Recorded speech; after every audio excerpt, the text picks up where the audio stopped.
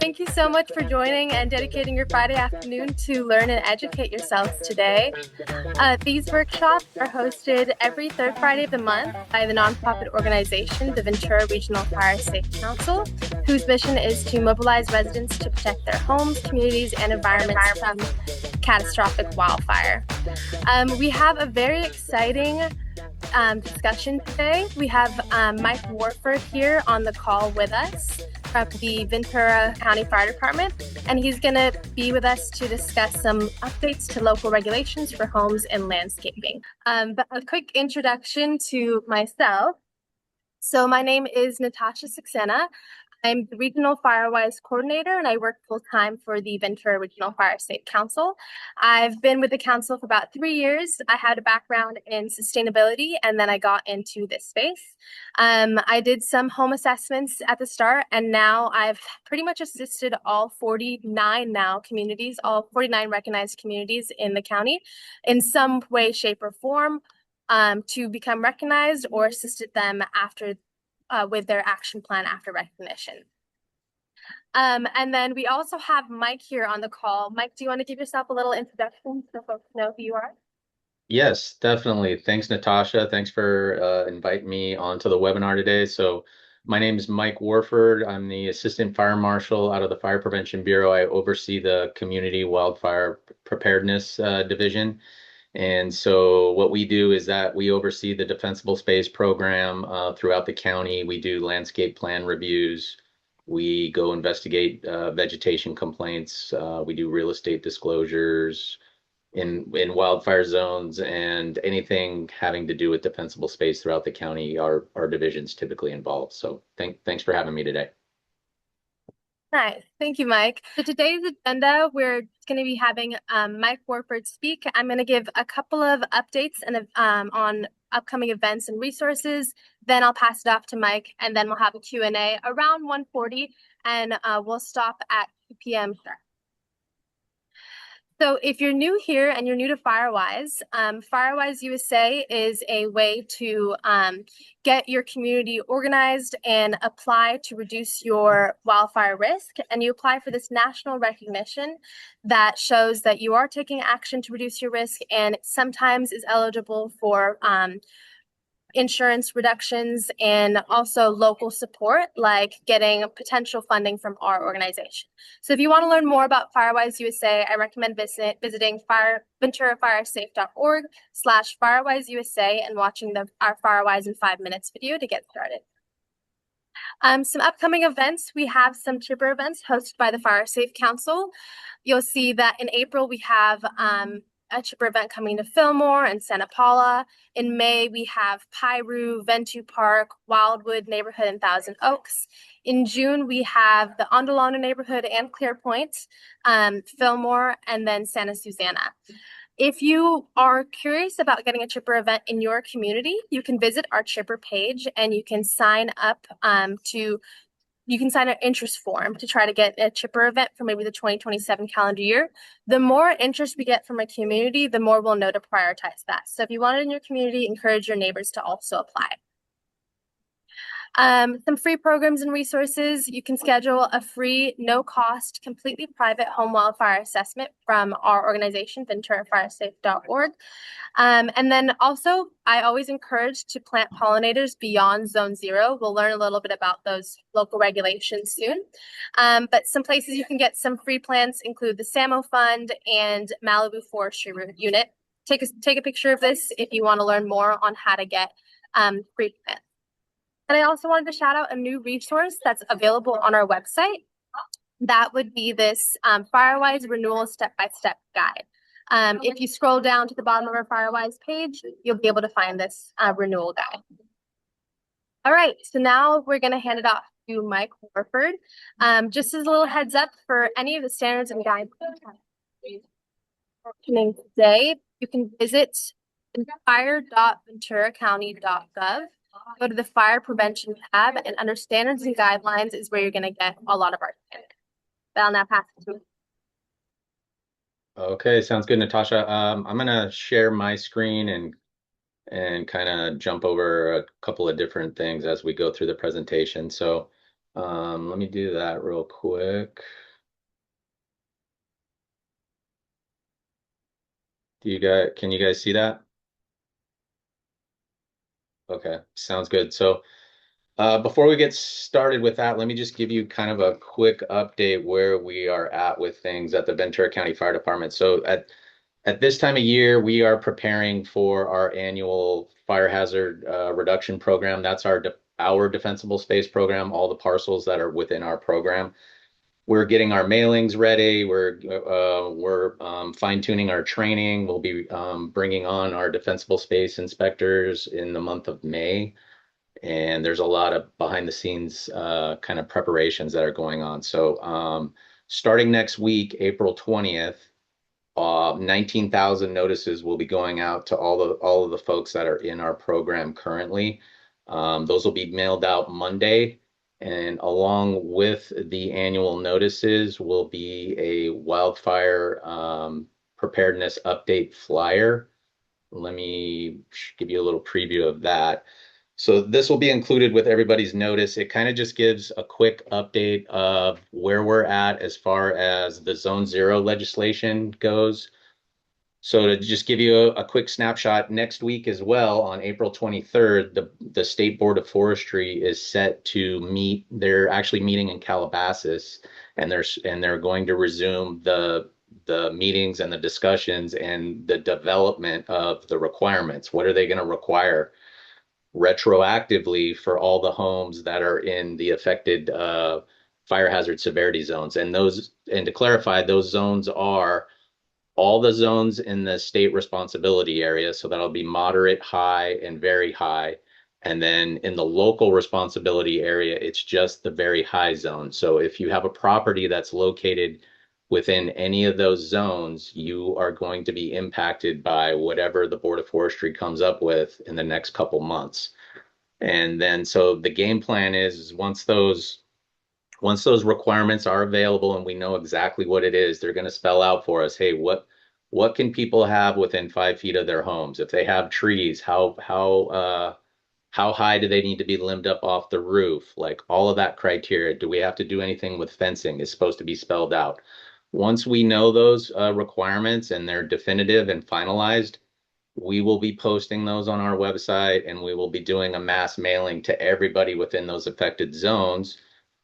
Because what'll happen is then that'll start the clock where everyone within those zones will have a 3-year period in order to comply with that. So we're looking at compliance somewhere in 2029. So us along with the Fire Safe Council, we're going to do a mass, community education outreach during the next 3 years to try to get everybody on board with what exactly is required. If they need resources, help, we'll have, information regarding that, and do everything we can to support the community. So, and also this document will be posted on our website, Ventura County.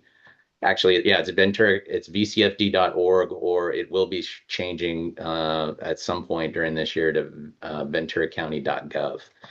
But so Monday, look for this Monday, Tuesday. If you actually want to download this, you'll be able to download it from our website. It's got all that information I just told you about the Board of Forestry. It gives you information about the fire hazard severity zones, defensible space, home hardening, more information on the Fire Safe Council, insurance, and real estate inspections. So we'll touch on some of those topics here today. What we're going to kind of focus on, and we'll open it up to questions too, is we'll focus on Zone Zero. What is that? Standard 515. What is that? And then real estate wildfire disclosures, a kind of a basic overview on that, and then we can get into some questions. So with that, let me just get into a brief overview of what is Zone Zero. So Zone Zero is, what they've done is they've just broken up the 100-foot defensible space zone into 3 zones. Zone Zero being 0 to 5 feet, the first 5 feet measured from the exterior walls along the perimeter of the home. Right now in Ventura County, if you build a new home, our Zone Zero is a non-combustible zone, meaning you cannot have any plantings of any kind in that area. We're looking at hardscape, rock, pavers, that kind of thing. Zone 1, as you move out, that would be 5 feet to 30 feet out. That's when we start to allow single specimen plantings with spacing and height limitations, which I'll get into that when we look at the standard 515. And at that point, in that zone, we don't want any plants interconnected. We're trying to create breaks, right? We don't want, if a piece of vegetation catches on fire, we don't want it to just run to the structure like a wick, right? We want there to be some breaks. And so what that does is create time for people to get out, and creates more time for resources to come in and get set up and put the fire out. So moving out farther than that, zone 2, you're looking at 30 to 100 feet. At that point, you can have islands of interconnected vegetation with certain maximum square footages, and then you're looking at 10-foot breaks and then another island of vegetation. So this is kind of a visual of what that looks like. So again, the whole idea being, as the fire front is approaching the property, we want to reduce the flame heights. We want to take some of the heat out of the fire, reduce the ember production. All in an effort, if we don't have engine companies parked right at the house, what we're trying to do is get that fire to slowly go out on its own if we can. Kind of think about zone 0s like if a castle and you have a moat around it, it's like your last line of defense, right? If nobody's there to defend it, hopefully it reaches zone 0 and runs out of fuel. That's the idea. Here's kind of another good overhead, kind of shows you the breakdown of the zones and what we're trying to do as the fire gets closer. So breaking it down right now, so new homes in Ventura County right now, we are currently applying the zone 0 criteria, and the standard 515 is the document you would go off of in order to come up with a landscape plan that you would submit to us for approval. So again, that applies to all properties in any state responsibility area, fire hazard severity zone, and then just the local responsibility area very high. And then this just goes into what I've already explained about the existing homes and how we're waiting for the Board of Forestry to finalize those requirements this year. Let me jump over to the Fire Hazard Severity Zone mapper from CAL FIRE real quick here. Here we go. So when you go to CAL FIRE's Fire Hazard Map Viewer, you can, right here in the left-hand side under the search function, you can just type in a city, you can type in your address, whatever you want to do, and this is what the map looks like. So in the gray area, that's unmapped zones. That's usually in the interior of the city. There are no requirements at this time for any of those zones. As you get into these areas some more, so, and you have the legend over here on the right. The LRA is the dark colored red, orange, and yellow zones. And then, so currently only the red zone would be where we would look at landscape plans, or zone 0 requirements would potentially be required. And then as you move out into the state responsibility area, that's the area with kind of the hash marks. So any area with hash marks that's colored orange, red, or yellow would be a required area as well. Let's see. So we'll go to our website real quick. As Natasha showed you earlier, when you come to our website, this is the front page. You go over to the Fire Prevention tab under Standards and Guidelines, and we just updated. The 515's been around for a while, but we just updated it a few months ago. We tried to streamline it. It was kind of hard to follow. We realized that the spacing and height limitations table was kind of hard to understand. And so what we tried to do is streamline it and make it a little more user-friendly. So it's down here, 515 defensible space and landscape plan submittal requirements. This is what the actual document looks like. And again, it just goes over, a lot of the stuff I just told you regarding when this would be required. So right now, again, only if you're building a brand new home is when this applies. And then you go down through here They give you a breakdown of the zones again. One thing I didn't mention when I was going through all the different zones is in between zone 0 and zone 1. So is what we call the transitional area. So there's an area that extends 5 to 10 feet out from the structure where we kind of want to gradually transition the height of the bushes or the vegetation as you transition in that 5 to 10 foot area. We don't want to just stick the largest type plant you could in zone 1 right at the 5, 6, 7 foot mark. We want to kind of gradually transition into that. So here's the table that has our spacing and height requirements. So if you were to look at this right now, the top in the yellow is all zone 1. So we're talking about 5 to 30 foot area. And it breaks it down here on the left. You have ground covers, groupings of ground covers, single shrubs. So as you can see, we only allow 4 feet in height for shrubs in zone 1 out to 30 feet. And then we want spacing and then another one up to a height of 4 foot and so on and so forth. Grouping of shrubs, not allowed in zone 1, that you have to wait until you get into zone 2. So I don't know if any of you were familiar with the document we had online last year, but this was a lot more confusing. We hoped this helps clear up some of the confusion and makes it a little more user friendly. If not, feel free to email us on our website. We're always looking for ways to, make streamline things and make it easier for folks to submit and get through the process with us.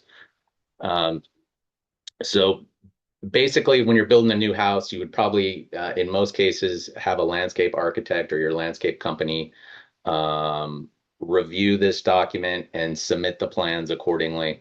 We want a site plan of your home, and then we want the zones delineated on the plans. Let me show you kind of a couple examples of that. Here we go. Here's kind of some screenshots of what the plans look like, but we want the landscape architect to show the different zones. So actually, show them around the home, zone 0, zone 1, zone 2, and then we want to see exactly what plants are being planted where. So they usually have a plant palette on the side, so we can look at the different species. We do have a plant reference guide on our website. It's going to be right here. It's guideline 417, so just below where you would find the standard 515. And we have the plant reference guide, so you can give this to your landscape architect, or if you want to, do this on your own, you can use this as your guide of plants that we will allow. And then we also have a prohibited plant list. That's guideline 410. And there are some species of plants that we just don't want at all in the 100-foot zone just due to their flammability. So think of things like cypress, certain forms of acacia, and other different plants are listed on here. So if we see those on the plans, we're going to send those back to your landscape architect or the owner builder, and we're going to want you to choose a different type of plant in lieu of one of those prohibited plants. So those are the two guidelines you would use in conjunction with 515. What happens is once those plans get submitted to us, we plan review them against the plant reference guides and against the spacing and height limitation tables. And if everything comes out good and looks okay, we will approve it. If not, we'll go back and forth until we come up with something that's acceptable. And then once those plans are approved, what we also want you to do is we'll send you a form, and we want that permit number for our landscape plans to be documented on the form, and it gets recorded against the parcel. And then once we get that recorded document back, we will release the landscape plans to you. You would go ahead and do the install with your architect or your landscape company. And then we would come out and do a final inspection, and just, the inspection's basically making sure what you showed us was going to be installed is what is actually installed. Once that is finished, we finalize the project, and then The idea being moving forward, that's your yard, right? That's what's approved for your yard. If you want to make changes to that a couple of years down the line, what you would want to do or need to do is contact us again, submit a plan of what you're looking to change, and then we would go through this whole process again, and then hopefully working in collaboration with each other, we could continue to make your property as safe as possible when living in these different fire hazard zones. And then also the idea being too, if you sold your property, um, any buyer coming in that would assume that property that had a set of plans that were already approved would have to maintain that going forward until they came to us and made any appropriate changes. So that's kind of how the new construction aspect of things work currently. For folks that are in these Firewise communities that have, these are existing communities that have been around, 20, 30, 40 years or what have you. What we're encouraging them to do currently is kind of, if you're in one of the affected zones where the zone zero legislation is going to come and affect you, we really would encourage you to just wait and let's see what the recommendations are going to be coming out of the Board of Forestry before you do any huge landscape projects on your home for now. If anything, we would, so don't introduce anything new until we know what they're going to require. But if you want to get ahead of the game and start doing at least something proactively, because you're going to be affected, we would say start in that 5 foot area. Like if you have wood chips, bark, or anything like that within the 5 foot zone in your planter beds, go ahead and start raking there or removing some of that. If you have large, hedgerows or a lot of vegetation within that 5 foot area as well, we would say, go ahead and start removing 25, 50% of it, right? Just get ahead of the game because we know that's the area that's going to be affected most and that they're going to probably have pretty stringent requirements on. So doing those things proactively would at least put you ahead of the game. Again, you're going to have three years to comply, but at least you'd be doing something proactively to make your home, more wildfire resilient and until those requirements come out completely. Kind of hopping around here. As far as if anyone is selling a home that's in a wildfire affected zone, so that the zone criteria is a little different as far as the real estate wildfire disclosures go. It only affects 2 zones. It doesn't matter SRA or LRA, but if you have a home that's in the high or the very high zone, then you are required to provide a wildfire disclosure report to that buyer. And so we've been doing these inspections probably for the last 5 years or so, but we just codified it and put it into our local ordinance effective January 1st. Basically with the same criteria that the state had, but we're just a little more stringent in the fact that in the state code, they allowed, if there was corrections on a property, they allowed a 1 year period for those corrections to get rectified, either by, by the seller or if the seller transferred those requirements to the buyer would have 1 year. We cut that down to a 60-day time frame. We want to get those corrections cleared out within 60 days if we can. And so that went into effect January 1st, but otherwise everything in our process and how we do the inspections is pretty much the same. Let me go through all of this real quick. So on our website, to find the real estate disclosure requirements and all that good information, you would go to that same fire prevention tab.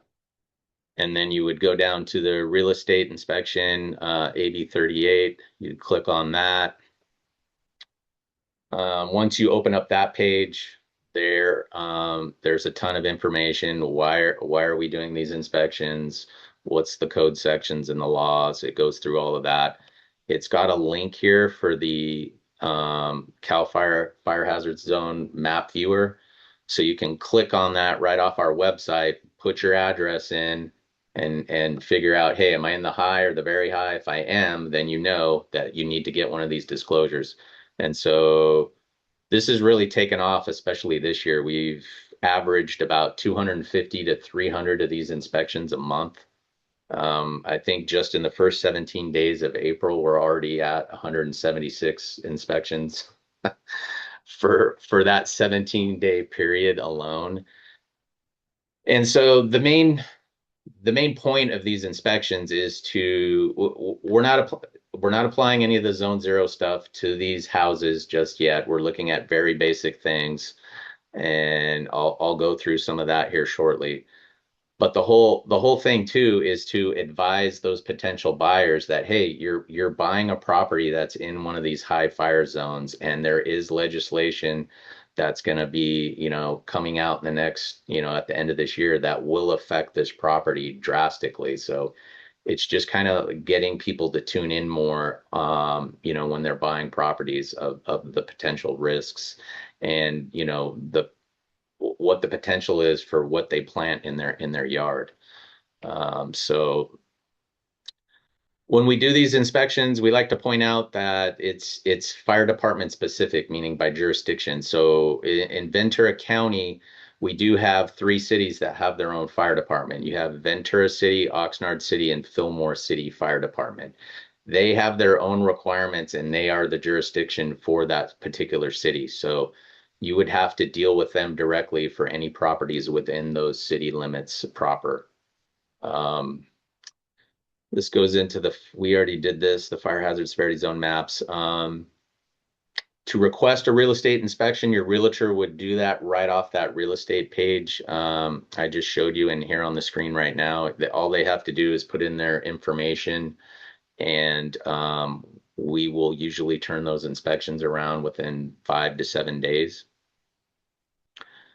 So on the AB 38 inspections, we're really looking at just kind of real basic things.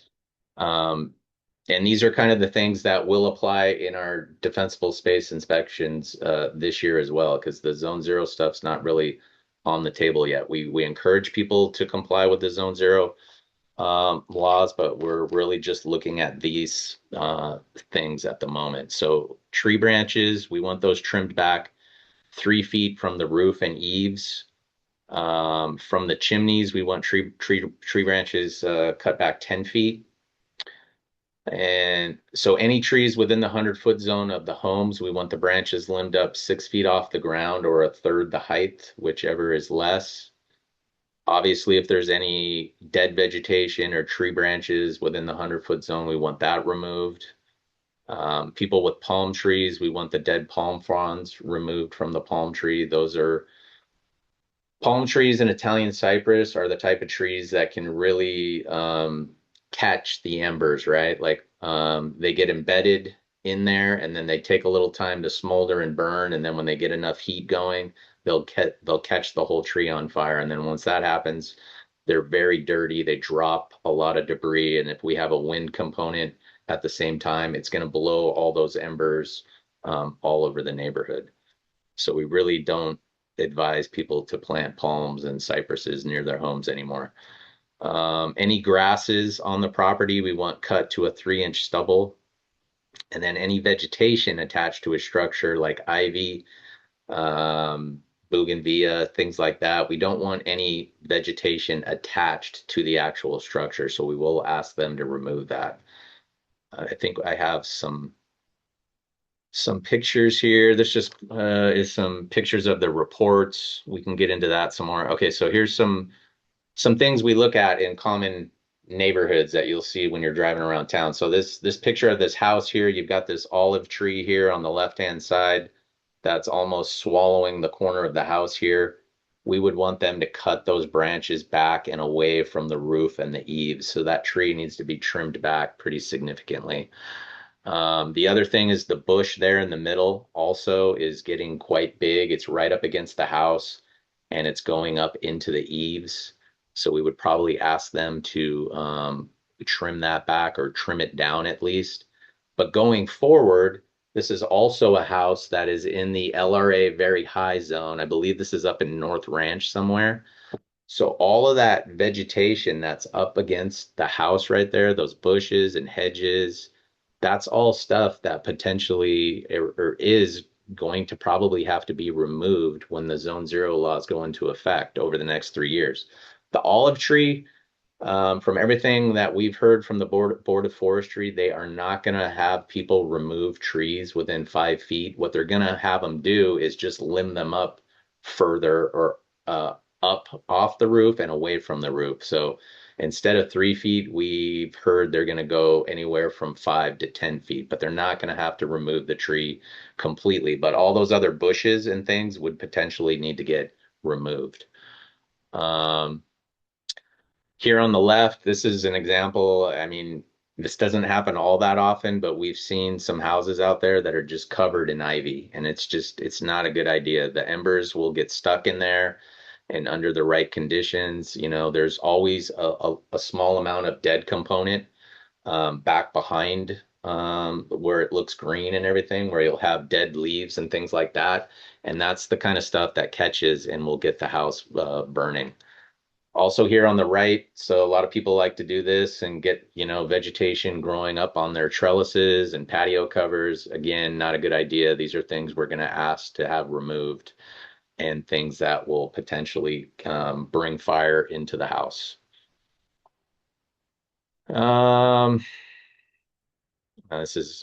We do have enforcement with our weed abatement program, as many of you probably know. Out of the 19,000 parcels we inspected last year, we cleared a total of 12. And so what happens, we go to every length to not have to do this, but there are certain instances, foreclosures, things like that, where we have to come in and clear the property, and then that gets added as a special assessment on the property tax bill. I think we've here's some pictures. There's some newer developments that are being built out in Santa Paula, Santa Rosa Valley. This particular one is out in Santa Paula. It's the Limonera area over there. I think it's off of Halleck. But so that's a tract of homes being built that has to comply with the Zone Zero requirements. So you can kind of see a picture of the front yard where they've kind of done different color rock and sporadic plantings, some trees, and then the backyard, they did the rock right up against the house. They got a little putting green, and it looks fairly nice. As far as the artificial turf goes, artificial turf and regular green grass is also not allowed right in the Zone Zero area. It is flammable. Artificial turf is petroleum based, will burn, and then grass, even though it's green, will burn under the right conditions. I guess at this point, Natasha, do you want to open it up to questions? And then I'll leave this up. This is my, so the Community Wildfire Preparedness Division, this is our email address and our phone number. The phone doesn't get answered. Typically, it's a phone that when you leave a message, it emails that same inbox, and we try to clear that inbox out every day. So just be prepared to leave a message with your address and information, what you have questions on, and we'll try to give you a call back in the next couple days. With that, let's open it up for questions. Sounds good. Thank you so much, Mike. So first, I actually got an email earlier today, and I wanted to ask that question first.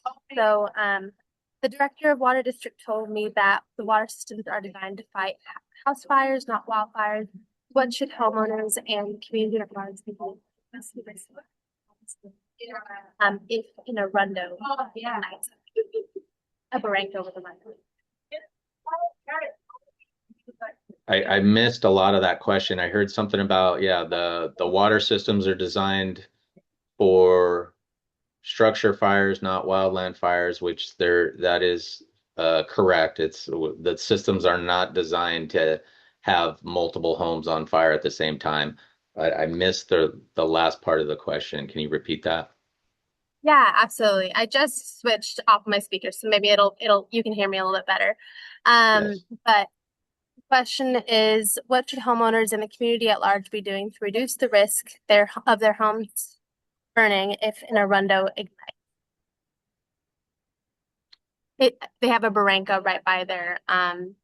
Okay. Well, regardless if you have a barranca by your house or wherever you live, if you're in any of those fire zones, you're in there primarily because of what we're trying to protect against is wind-driven fires. And in wind-driven fires, what we're protecting against is embers.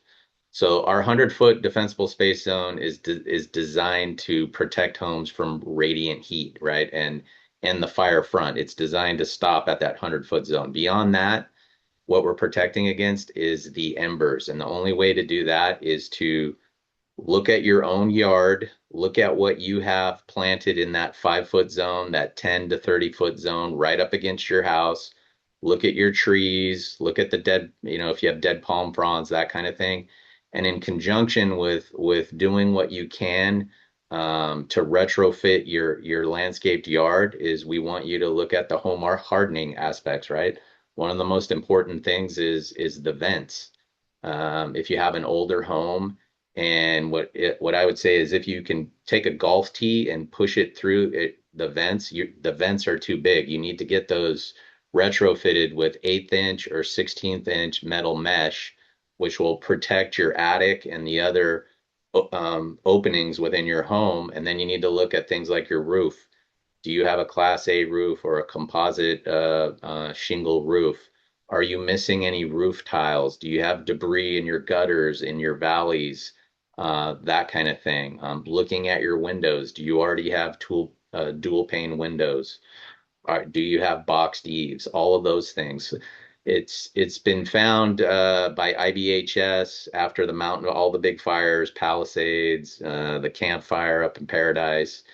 When you do those two components, you do your due diligence in your yard and you've hardened your home, you have it's like a 60% higher chance of your home surviving without intervention than if you hadn't done those particular things. So that's kind of what I would say. Mike. And then another question is, in my area, almost every house has wood fences and gates attached to their house. Will there be any assistance in mitigating this known risk? We're still waiting to see. We're unsure if the Board of Forestry is going to have a fencing component to the retroactive laws that are going to come out. But for sure, if you have the financial means and you're in one of these zones and you have a combustible fence, that 5-foot section, usually the gate, the side yard sections, those are critical. If you have the means, I would upgrade those. Do something non-combustible. Do some kind of a metal transition. You want to get away from wood. You don't want to do vinyl. Vinyl's the same as the turf and everything else. It's petroleum based. And when introduced to flame, it will burn and it will melt and it'll transition fire to your house. So that's what we're trying to do.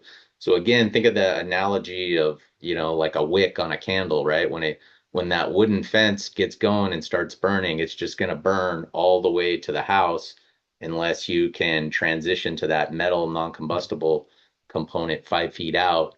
Again, unless you have an engine company right there, those are the kind of upgrades and things you can do that can potentially, be the difference between, your house standing at the end of the day or not. So definitely. And then if you haven't, I just looked on, is it Fire Safe Marin's got a really good site on their webpage about fencing and different upgrades and things you can do more cost effective than, 'cause sometimes fencing can be quite expensive. So if you guys are familiar, just Google Fire Safe Marin. They have a really good website and a lot of different useful resources on there. Thank you, Mike. And then while you were talking about AB 38, we got a question saying, are there fees involved in any of these procedures? I'm assuming they were talking about the procedures as in VCFD coming out there to do inspections, etc. Okay, so currently we are not charging fees for AB 38 inspections. Those are free, but the wheels are already turning to change that shortly because just from the sheer volume of these inspections we're doing, it's basically taking it's like a full-time job now. We have an inspector that is just tasked with dealing with these every day. So to mitigate some of those costs that we're incurring on that, they are probably going to introduce a fee later this year or early next year. but we're looking at the $120 range initially. So it's pretty reasonable. Those are typical and in line with most other real estate inspections, termites, and the different fees they tack on during escrow. As far as the landscape plan, those are fairly reasonable right now for yards over 500 square feet. I believe the fee is $400, and if your yard is less than 500 square feet, it's like 210. That includes the plan review and the inspection fee. But to answer the question right now, the AB 38s are free. Thanks, Mike. And then you were also going over where different areas have different jurisdictions. So we got the question, where does Simi Valley fit in? Yes, Simi Valley, I believe it's 7 cities: Simi Valley, Thousand Oaks, Ojai, Santa Paula. Those are all served by Ventura County Fire Department. So to make it easier, we'll do the opposite, right? The only area Ventura County doesn't serve is the city of Fillmore, city of Oxnard, city of Ventura. All the other cities and unincorporated areas are the county. Perfect. And then regarding palm trees not recommended, is that all palm trees or only certain palm trees? Really, it's all palm trees. And people love them. I know they want to make their yard like a tropical oasis, right? But moving forward with new homes, we probably won't allow them at least within 30 feet of the homes. But if you take a drive around anywhere in the county, you'll see palm trees everywhere. So there is currently no ordinance or requirement that we have out there to make people remove them. But if they do have them, what we try to police is the dead component. So there's several different kinds out there. I think it's the kings or the date palms that we call it a beard. It's just if you don't trim it every year, it just gets this long dead beard all the way to the ground, and it's just really, really hazardous. But really, all of them, the pygmy palms, the queen palms, if you don't trim them and maintain them, they are we call them a catcher's mitt. They catch those embers, they get embedded in there, and they start fire really easily, and they can transition it to the structure fairly easily. And then you actually ended up answering this after she added this question in, but repetition is key. So is removal of artificial turf required in zone 1? And if not, do you expect the state may require it? And also, is the removal of artificial turf required in zone 0? So no, in zone 1, so outside the 5-foot zone, you can have artificial turf, you can have grass, you can even have wood chips if you spread it, and it's no thicker than like 2 to 3 inches in depth. But it's the zone 0, the 0 to 5 foot around the home where artificial turf is definitely a no-no. Grass is not allowed. We know that for sure. We know the Board of Forestry is going to uphold that with their retroactive law as well. So it's just that 5-foot area. We just don't want it running all the way to the house. We want that 5-foot buffer. Then Gary Young with the City of Ventura Fire Department mentioned that there's a 5 feet required clearance from roofs for the City of Ventura. And we got a follow-up question on that. So what is the requirement in Oak Park unincorporated areas when it comes to trees? Do you remove them, trim them, etc. in zone 0? Our requirement is 3 foot off the roof and eaves in the Oak Park area. But if you want to give us 5-10 feet is better. I honestly don't think 3 feet's enough, but that's all that we can enforce currently. For new homes, when they're building new homes, we don't allow when we do the plan checks, we want trees to be planted so that at maturity, the canopy is going to be, the drip line or the canopy will be 10 feet from the roof. So that's how moving forward, how we're trying to keep trees away from the structures. Okay. And then we got a question about, are there referral resources to prevent screeners? I'd recommend visiting our website, venturafiresafe.org, for that one. And you can go to our contractors directory, and that will be under the resources tab on venturafiresafe.org. But Mike, do you have anything to add to that besides that one? No, I would, so we did a partnership with Ventura Regional Fire Safe Council late fall of last year where we held a couple training classes specifically for contractors that want to do home hardening work. And then we held a separate one for landscape architects and professionals that want to do the, landscaping in the yards and submit plans and all that. And so after that class, we started that resource list, and then I hope to, add to that list later this year, get more contractors involved on both sides, so everybody has a common area they can go to find reputable resources for those two mitigations. Absolutely. And there's also the California Fire Safe Council has some as well. They have their own list of contractors as well. But if anybody else has any contractors that they'd like to recommend to us, feel free to always email us with contractors and we'll let them know when the next course happens, like was mentioned. The next question is, do you expect the requirements for existing homes will only be required for very high hazard zones initially, or do you think the requirements will be moved to the lower hazard zones as time goes on? So currently, this first go around, it's going to be all the SRA, moderate high, very high, and only the LRA, very high, that are going to be affected by Zone 0. But yes, I do suspect moving forward in the coming years, they will also include the LRA high as well. I don't know if they'll get down to the moderate, but I kind of suspect they'll do the high. And Debbie just shared that prevent screening on a roof. Our HOA use blaze blockers. Their inspection is free. They can provide a quote for your consideration. So anybody that's curious about vent screening there, they're also on our contractors list. Another question, how can we get COSCA to clear greater than 100 feet, which is rather worthless with 50-mile-per-hour wind? Yeah, we've met with Costco several times. I just met with them late last year and the city of Thousand Oaks asking about, different vegetation management projects, if we could do more. And it's a conservation thing. And the science doesn't support, further clearance. How far are we going to clear? A mile out? Again, it doesn't matter. It's at 100 feet, we feel that that's adequate. What people need to focus on is their own yards. They need to start thinking about, because the embers in the mountain fire flew over 1.5 miles and got into the Camarillo fuel beds up in the heights there.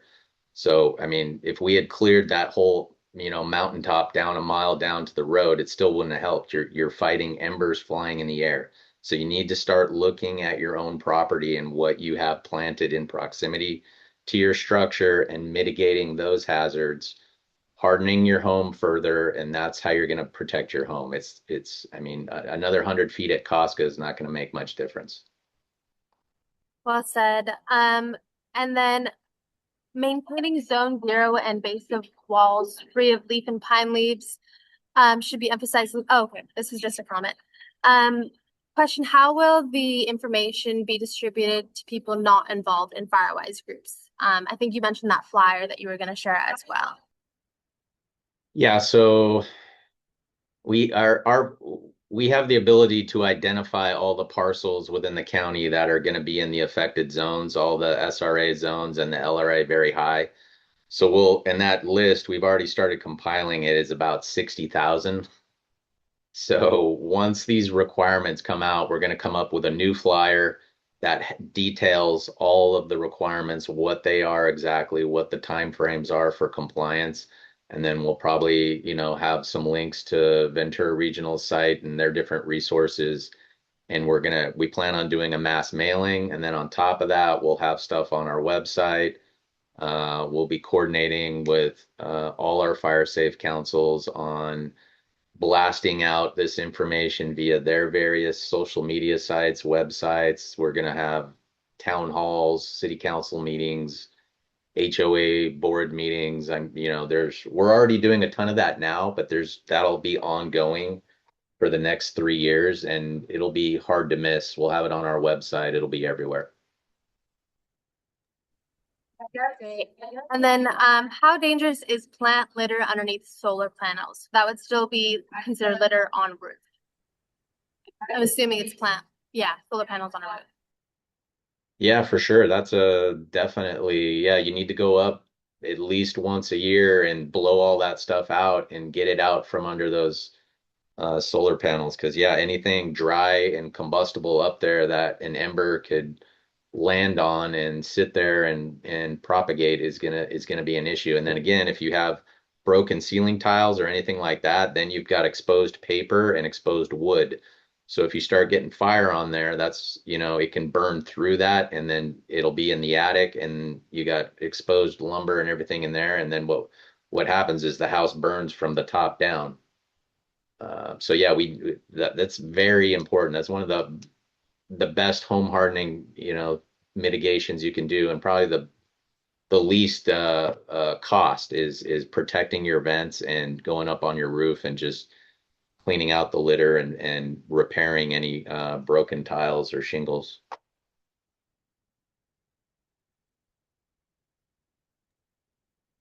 Okay. And then Sarah, would you end the share screen? I think we have only 3 more questions in the chat, and then we can go to maybe one question with a raise hand feature. And the next question is, what type of company boxes and eaves? Oh, you can look at the contractors directory on our webpage, venturafiresafe.org, to see who might be boxing and eaves as roofers. So Stephen, I see you have your hand up. You can go ahead and unmute and ask your question. Yes, Mike, you mentioned a mailing that will be going out. Do you have a time frame when people can be expected to receive these mailings? So yeah, our annual notice, are you talking about our annual notice or? Well, you mentioned that there'll be thousands to be sent out. I expect that'll be to the owners of homes in the very high fire hazard severity zone. Is that right? Yeah, that's not going to happen for a while though. We have to wait for the Board of Forestry. So that's the meeting that's happening next Thursday, the 23rd. They're going to start their meetings again on what the Zone 0 requirements are going to be. So we're going to wait until they finalize those requirements and then they go into effect, right? And that starts the 3-year clock. So once we know what those requirements are and what the final compliance date is, we plan on doing that mass mailing that's going to go to everyone in the LRA very high. Next week is a separate mailing. That's just our annual weed abatement notices that are going out. That affects about 19,000 properties. So they will have that wildfire preparedness update flyer with all of their notices, and it'll be posted on our website next Monday or Tuesday. Thank you. Okay, and then one last question in the chat popped up. So someone has been trying to remove a plant that was on the prohibited plant list, but their HOA is giving them pushback and leave them a copy of the 410. What would you recommend that their next steps be? So in existing neighborhoods, that prohibited plant list came out after these homes were built. So we're not going out and applying the prohibited plant list on all these existing homeowners associations and homes that have been built prior to, when we came out with that list. That list is primarily used for houses that are being constructed now in fire hazard severity zones. We don't want them to plant these problematic plants in those zones. So we're not going to make them take out a prohibited plant in an existing neighborhood. If it's a palm tree or something like that, and it's got dead palm fronds and it's within 100 feet, we'll try to get them to maintain it and clear the dead palm fronds. But short of that, we're not going to apply any of the other requirements. Awesome. Thank you, Mike. And then I think we have time for one more question if anybody wants to have another question. But we've gone through a lot of them. So that is great. Thank you so much for everyone's questions. Does anybody have any last questions?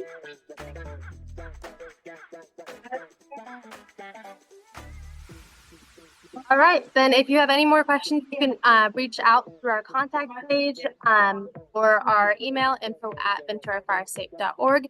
And also through Mike, if you want to reach Mike, you can go to fhrp@ventura.org. Thank you everyone for tuning in, and big thank you to Mike. He was excellent and he gave an excellent presentation. I think we can all appreciate it. I love what Nancy does whenever she does that. Thanks, Natasha. Thanks for having us. Yeah, of course. And I hope that the audio was okay when I was at the coffee shop, but I appreciate everyone's patience with me there. Have a great Friday. Happy Friday, and I'll see you all next month. Thank you. Take care. Take care. Bye, everyone.